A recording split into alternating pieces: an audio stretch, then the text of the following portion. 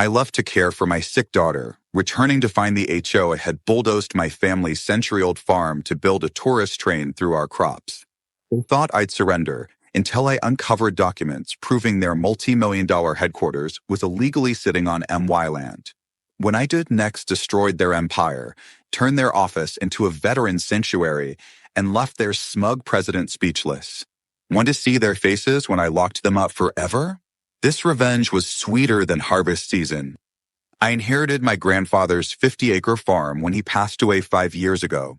This land sits on the outskirts of what used to be rural county territory, but has slowly been engulfed by suburban development. The Pinecrest community sprang up around us over the last decade, cookie-cutter estates with lawns so perfect they looked painted on, where cornfields used to be.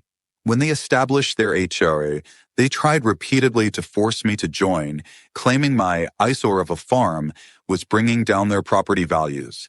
I refused every time. This is working land that's been in my family since 1943. My grandfather built that red barn with his own hands after returning from World War II. He taught me everything I know about farming, and his legacy means more to me than any amount of money.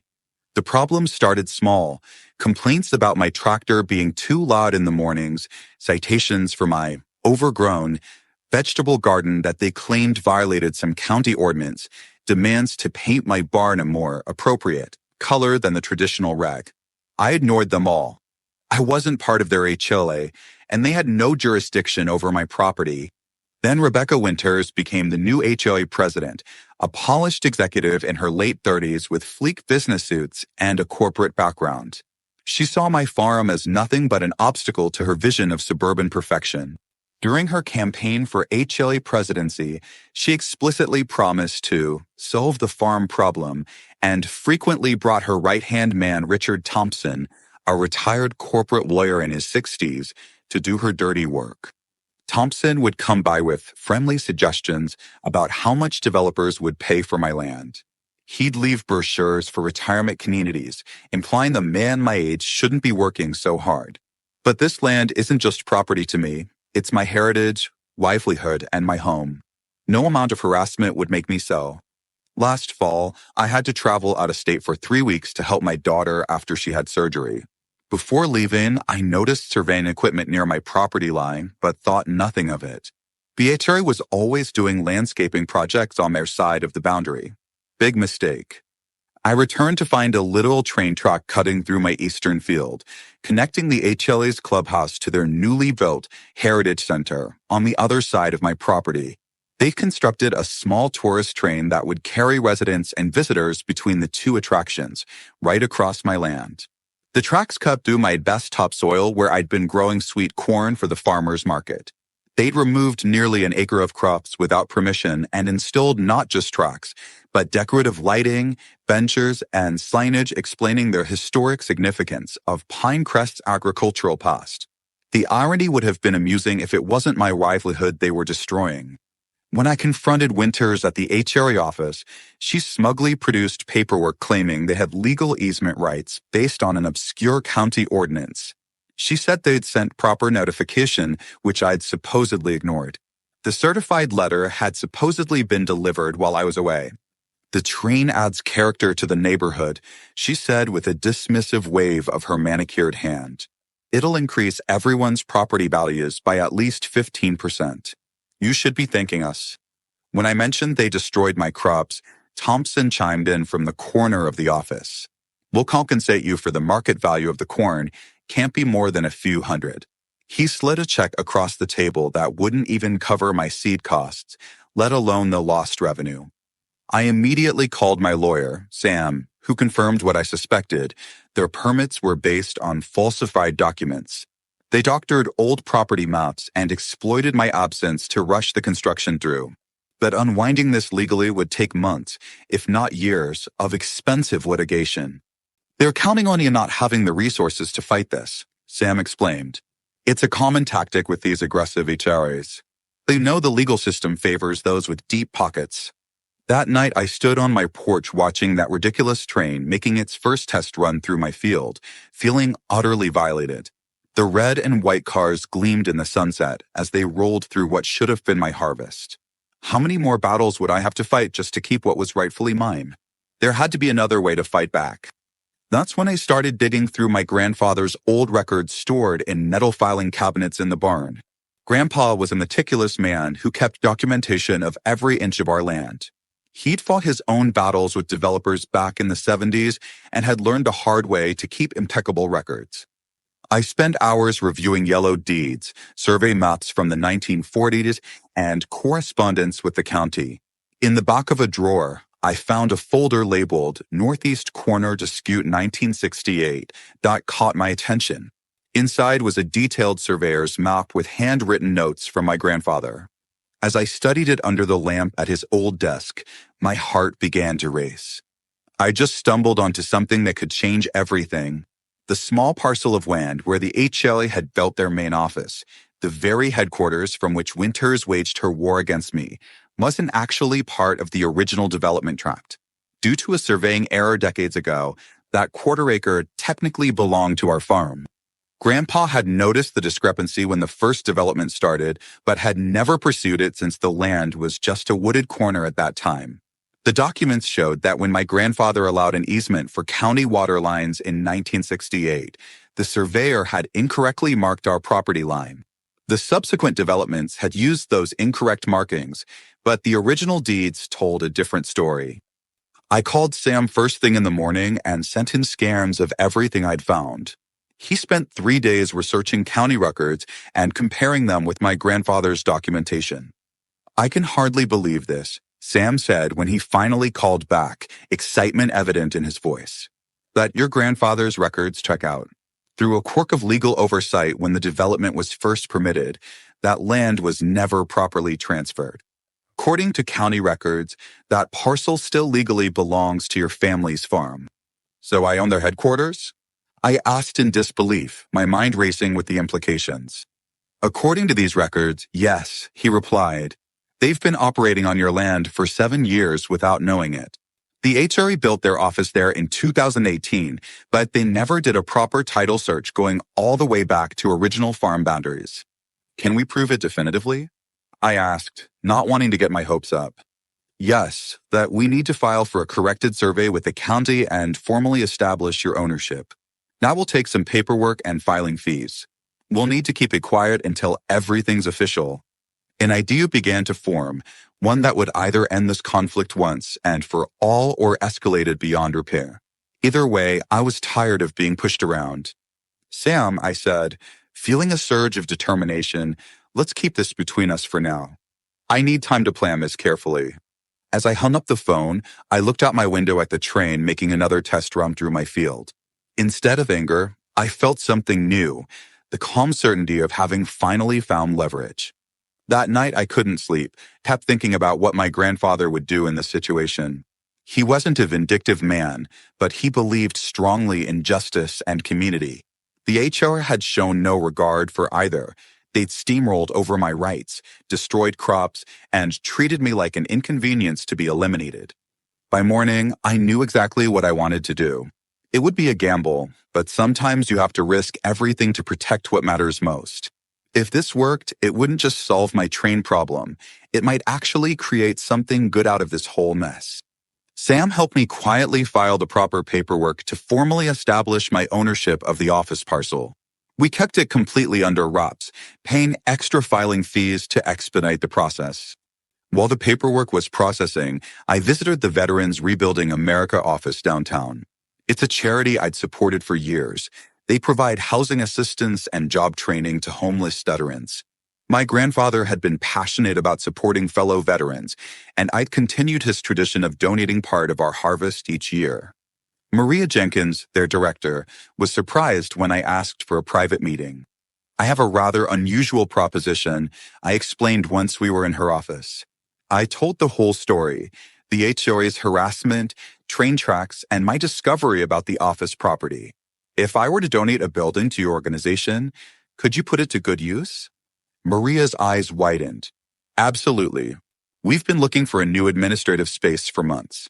Our lease is up soon, and commercial rents downtown have skyrocketed. She leaned forward. But are you sure about this? It seems like you could sell that land for a considerable sum. I'm not interested in the money, I replied. I want to honor my grandfather's legacy and actually do some good for the community. The real community, not just property values. With Maria on board, I next contacted Jeff, a locksmith friend who'd helped me with farm security after a series of thefts years ago.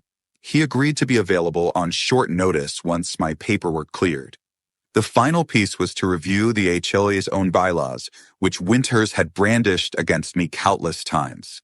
I requested a copy from a sympathetic neighbor and spent an evening poring over the dense legal text.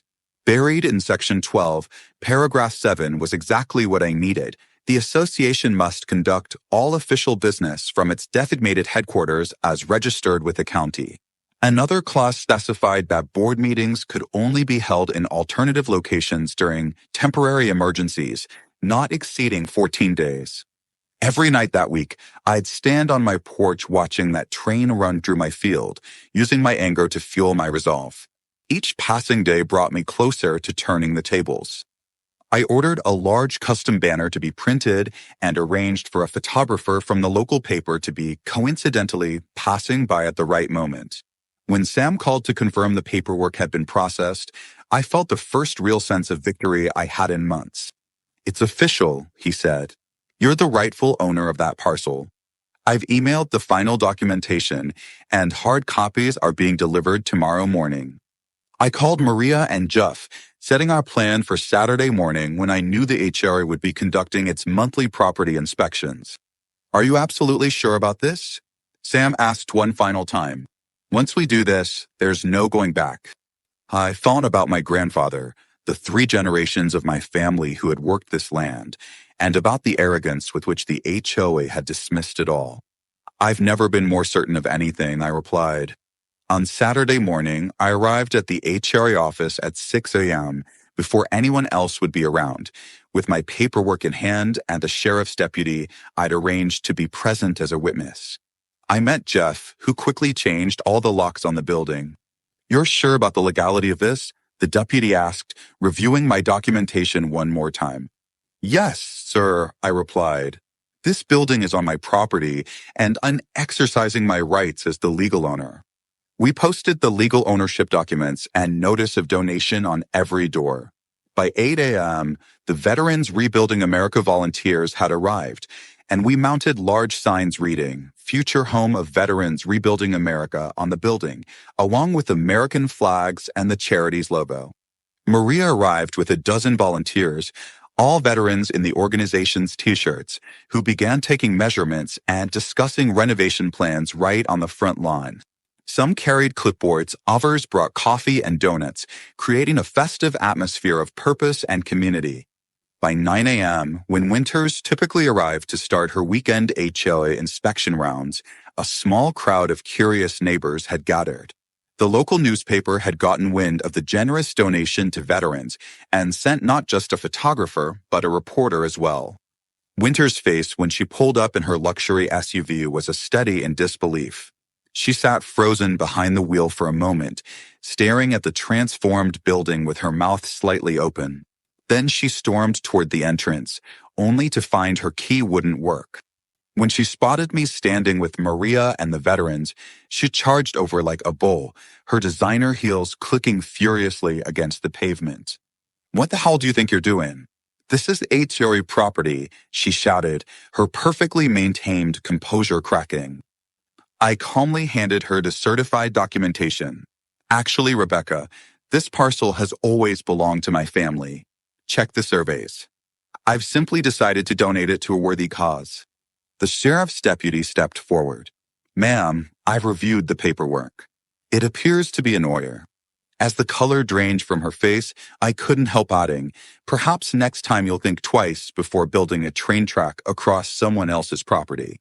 Winter's face went from pale to red as she frantically paged through the documents. "This is impossible. There must be some mistake." Thompson arrived minutes later, hurrying over to examine the paperwork himself. "This can't be legal. We'll see you into oblivion," he threatened, but I could see the worry in his eyes as he recognized the county feel on the document. "You're welcome to try," I replied, But while you're at it, you might want to address the fraudulent permits for that train track cutting through my property. I'm sure the county commissioner would be very interested to learn how those were obtained. The gathering neighbors began to murmur, many seeing Winter's tactics exposed for the first time, and they had questions of their own. One neighbor, Alan, who'd always been sympathetic to my situation, stepped forward. Is that true, Rebecca? You falsified permits for the train? Winters sputtered, trying to maintain control. It was for the good of the community. Property values. Cost us a fortune in HOA fees, interrupted another resident, Memes Dave. That train project doubled our monthly dues, and for what? Asked another homeowner. A tourist attraction none of us asked for?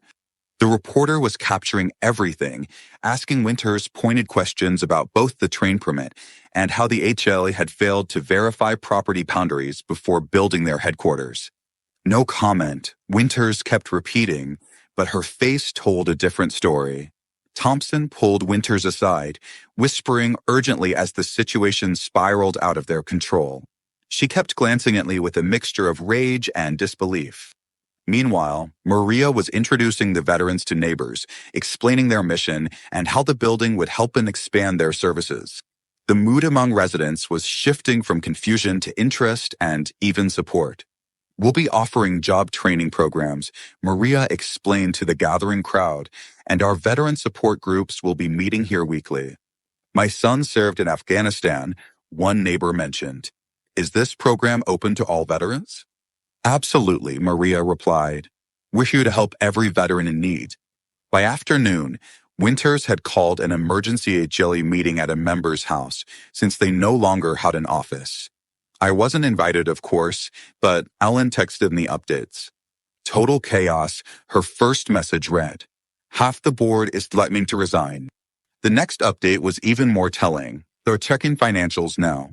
Apparently Winters spent HOA reserve funds on that train without full board approval. The local evening news ran the story of the farmer versus HOA battle, complete with footage of the veterans gratefully accepting their new building. The report included uncomfortable questions about the HOA's practices and highlighted how the train project had been pushed through without proper permits. That night, my phone rang constantly with calls from neighbors I'd barely spoken to before. Some apologized for not standing up to the HOA sooner. Others had questions about the veterans' charity. A few even offered to help restore my damaged field. The online comment section of the news story flooded with supporters congratulating me on my stand against HOA overreach. About time someone stood up to these mini dictators, read one comment. God bless our veterans, read another. By Sunday morning, an emergency petition was circulating among Pinecrest residents calling for Winters' resignation and a complete audit of the HOA's finances. Thompson was nowhere to be seen, having apparently decided to distance himself from the growing scandal. As I walked my property line that evening, neighbors waved or called out greetings, something that had rarely happened before. The train sat idle on its tracks, no test runs scheduled as the HOA scrambled to address the crisis. For the first time in years, I felt like I could breathe freely on my own land. 3 days later, I received a call from Ellen, who introduced herself as the HOA's newly appointed interim president. The board voted to remove Winters last night, she explained. We've reviewed everything and, well, we owe you an apology, Mr. Miller. What the previous administration did was inexcusable. I let the words sink in, savoring the moment. I appreciate that, Owen. We'd like to meet with you, she continued, to discuss a way forward that works for everyone. She proposed a compromise. The HOA would immediately dismantle the train track and restore my property to its original condition, covering all expenses. In exchange, they asked if the Veterans Organization would consider leasing a portion of the building back to the HOA for essential meetings. We're not asking for much space, Alan explained, just enough for our monthly board meetings and a small office for records. I discussed it with Maria, who saw an opportunity. We could use them as tenants to help fund our programs, she pointed out, and maybe get some of those residents involved as volunteers. Veterans need community connections as much as they need services. When we met with the new HOA board at Ellen's home, I brought my terms. First, a formal acknowledgement that my farm would never be subject to HOA rules.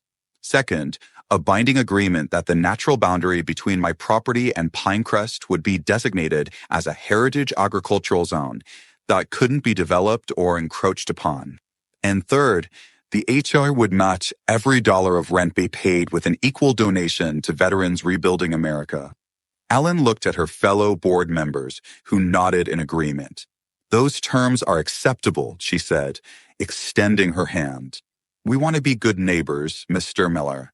That's what an HOA should be about, building community, not tearing it apart." The agreement was drawn up by Sam and signed the following week. Within days, crews arrived to begin removing the train tracks from my field. The HOA not only restored the damaged soil, but also compensated me for the lost crops at fair market value this time. The veterans moved into their new headquarters by the end of the month, with the HOA occupying a small conference room and office at the back of the building. Maria reported that several Pinecrest residents had already signed up as volunteers. When spring arrived, something unexpected happened. Several Pinecrest residents approached me about starting a community garden on the border between our properties. Ellen suggested we could involve the veterans in the project as part of their rehabilitation program. "Many of our vets find gardening therapeutic," Maria explained, "and it would give them a chance to develop skills they could use for employment." We broke ground on the garden in April. To my surprise, 20 neighbors showed up with shovels and seedlings ready to work. Some brought food to share. Others brought children eager to learn about growing vegetables. By summer, the garden was flourishing with a mixture of flowers and vegetables tended by a combination of veterans and residents. My grandfather's farm is thriving again. The eastern field, now restored, yields more crops than it has in years. Each harvest, I set aside a portion for the Veterans Food Pantry, continuing the tradition my grandfather would have approved of. I occasionally spot Winters driving slowly past the property, glaring at the Veterans Rebuilding America sign on what used to be her office. I heard she moved to a condo downtown. No HOA. Thompson resigned from the board entirely, apparently concerned about potential legal repercussions of his role in the falsified permits. Last I heard, he was facing questions from the State Bar Association about his conduct. The train? Parts of it were donated to the local children's museum, where it's been repurposed as an interactive exhibit about agriculture and transportation. Ironically, it's now educating children about farming, something the HOA had tried to erase from the community's identity. Sometimes standing your ground isn't just about protecting what's yours. It's about reminding people what community really means. It's not about property values or perfect appearances. It's about respect, honesty, and looking up for each other. The new HOA board has taken that lesson to heart. They've revised their bylaws to require greater transparency and homeowner input on major projects. Monthly dues have been reduced to reasonable levels, and the focus has shifted to actual community needs rather than cosmetic improvements. Last week, Ellen asked if I'd consider serving as an advisory member on their community relations committee. "We need your perspective," she said, "to make sure we never lose sight of what matters again." I agreed, on the condition that our meetings include cookies from my grandmother's recipe. Some traditions are worth preserving. As for me, I sleep better knowing my grandfather's legacy continues, stronger than ever. His farm hasn't just survived, it's become the heart of a real community. The fence between my property and Pinecrest still stands, but the gates now swing open both ways. Sometimes fighting back doesn't just save your land. It builds something better in its place. And that's a harvest worth waiting for.